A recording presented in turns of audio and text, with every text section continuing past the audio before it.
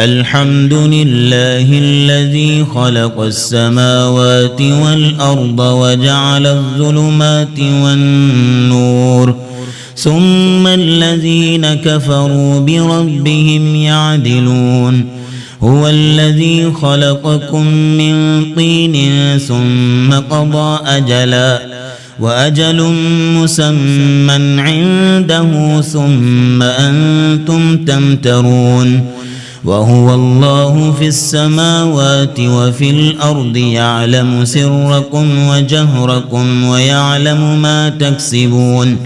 وما تأتيهم من آية من آيات ربهم إلا كانوا عنها معرضين فقد كذبوا بالحق لما جاءهم فسوف يأتيهم أنباء ما كانوا به يستهزئون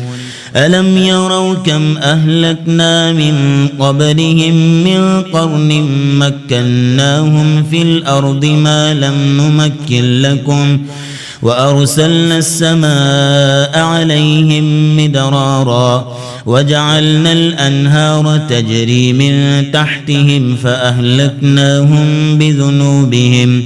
وأنشأنا من بعدهم قرنا آخرين